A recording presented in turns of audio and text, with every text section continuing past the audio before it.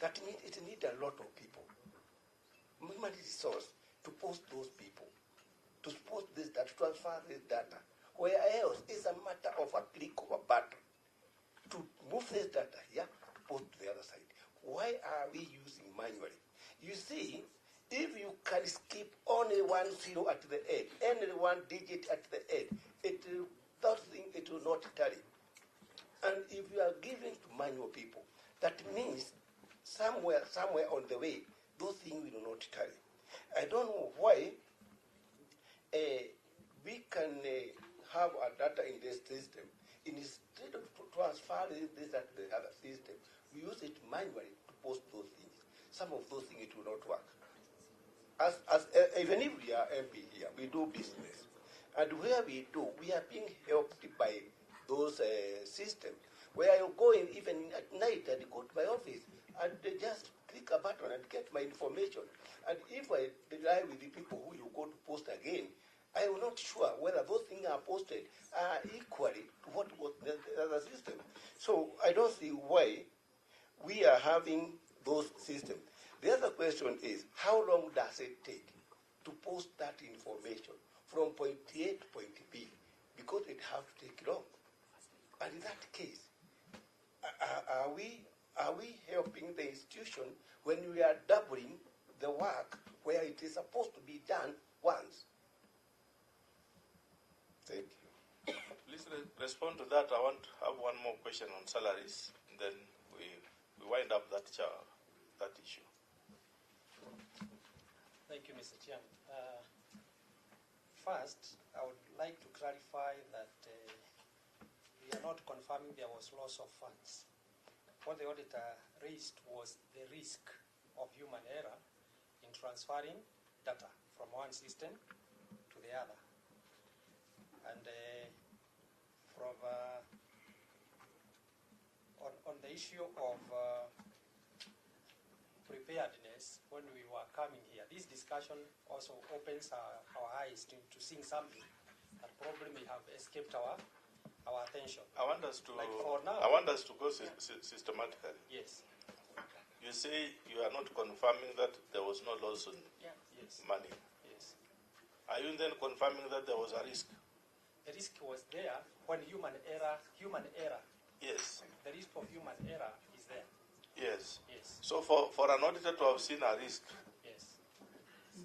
How long did it take you to? Did you correct that risk? That's why I'm headed to. Yes. That's what I'm headed. But Chair, allow me to ask. Yes. Mr. Waweru, if you agree, we do a forensic audit purposely for that. The risk that the Auditor General is posing here, you want her to tell us 100% will not get any loss? Because there is no forensic audit that was done. This was a general audit that was done, and it was able to bring this. If, Chair, this committee requested for a forensic audit purposely for this, then it is going to unearth the risk the auditor was talking about. Because you are telling us there is no loss. If you still retain that, then as a committee, we are going to request a forensic audit purposely for this. Mr. Chairman, I'm not saying there was no loss. I'm saying we are not confirming there was any loss, because nothing has really been done to confirm that. What is there is that there was human error available in manual transfer of data, which is common. When you deal with manual transfer of data, there is that risk. The risk is there, but if you are not confirming there was, it resulted in anything like a loss.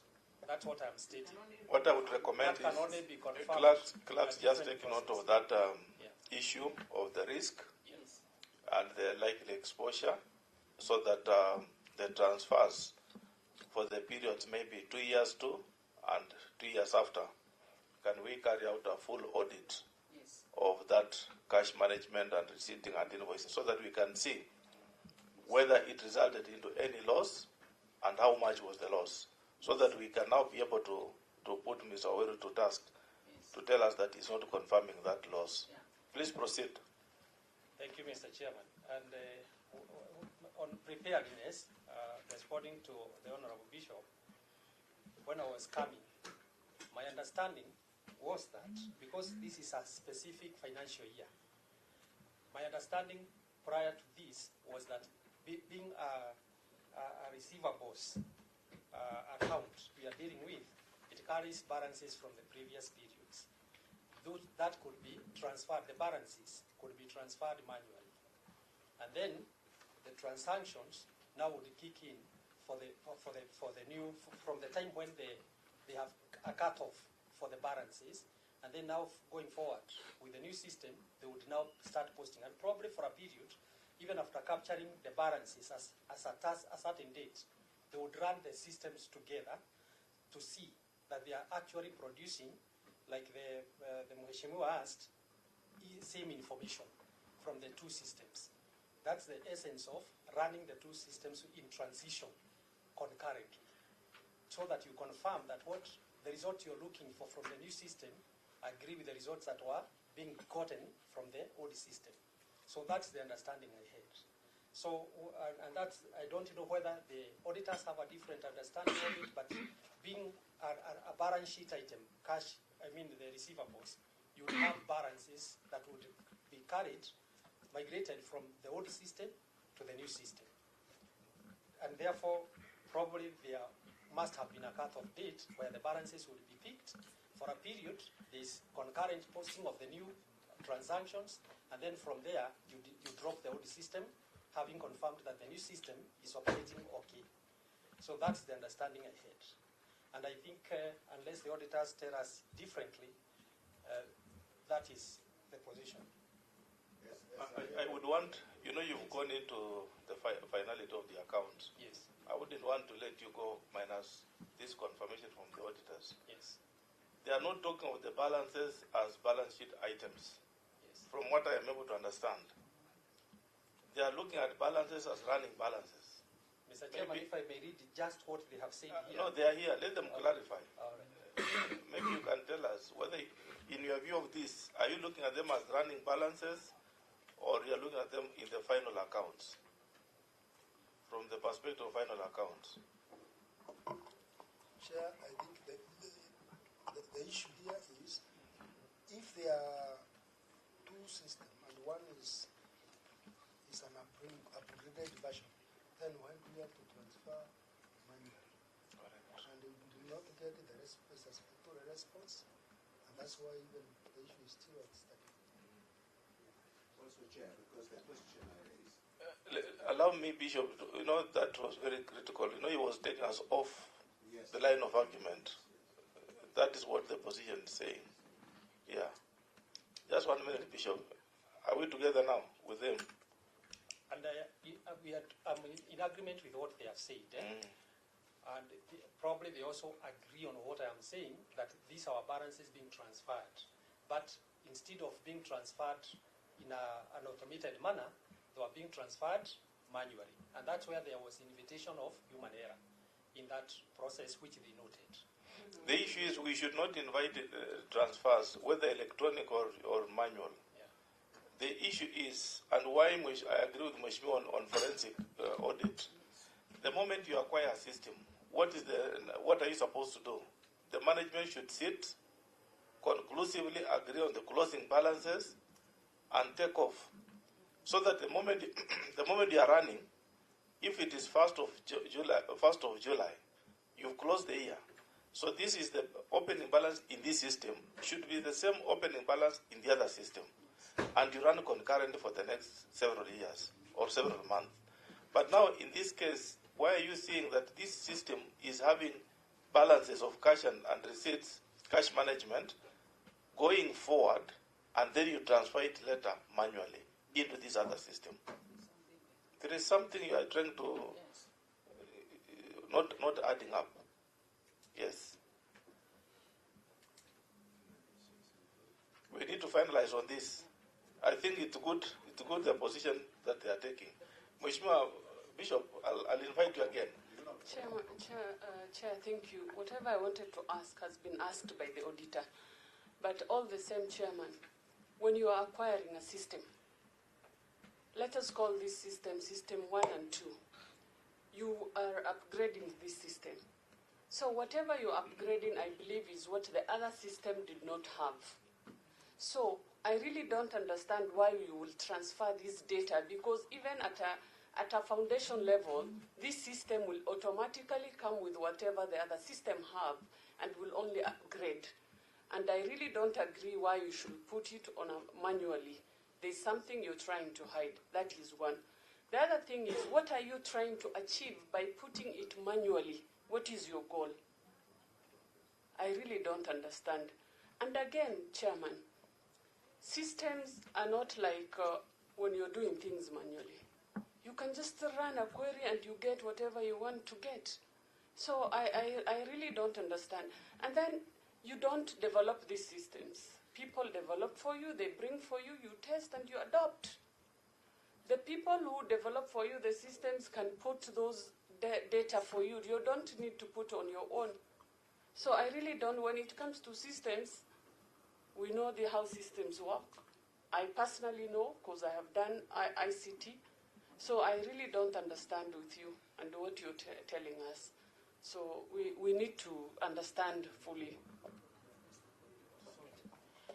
I think, Chair, if you allow, we have, and we call it that forensic audit, this argument and this explanation will be a thing of the past, because we shall be able to know why it was being done manually and not transferring the information from one, as Mheshimiwa is explaining, to two, automatically or through the automated electronic. I think that one, Chair, if we go it that way, we shall be able to unearth the list that the audit office is talking about, so that we close this debate, wait for the forensic audit. It will give us all these questions. Thank you so much. I think we end it there. Let us move to one question on Bishop. I think it's been prosecuted. Thank you very much, Bishop. Let's move to the question on salaries. I can see, DG, you hired a consultant. At how much, at what cost did you hire this consultant? And did you get value for that cost?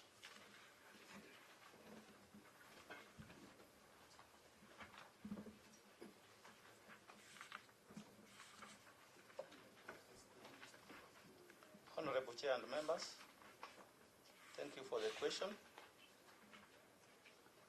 The consultant was hired at 50 million Kenya shillings. And they did a detailed report,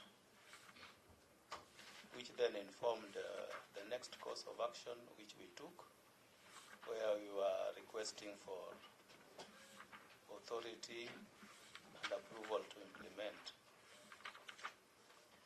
their proposals. Thank you, sir. I disagree with you, DG. When you look at the response you gave us, it talks of when were the recommendations to be implemented.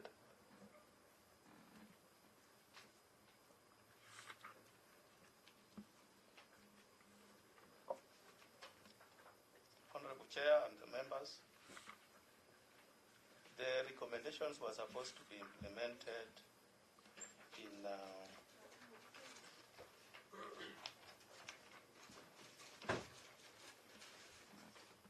I think in the year 2018, but we needed authority also from the ministry, which didn't come. Correct. Don't say you think they were implemented. I don't want to say it for you. Can you affirm that they were to be implemented in 2018? Yes, sir. Is that the position? Yes, sir. And they were not implemented in 2018? Yes, sir. And you had to get a subsequent communication to the ministry. The position you are working on today is not the position of that consultant. Am I right? Yes, sir. Therefore, the recommendation of this consultant is just hanging somewhere. It's not implemented. Therefore, it's not been made use of.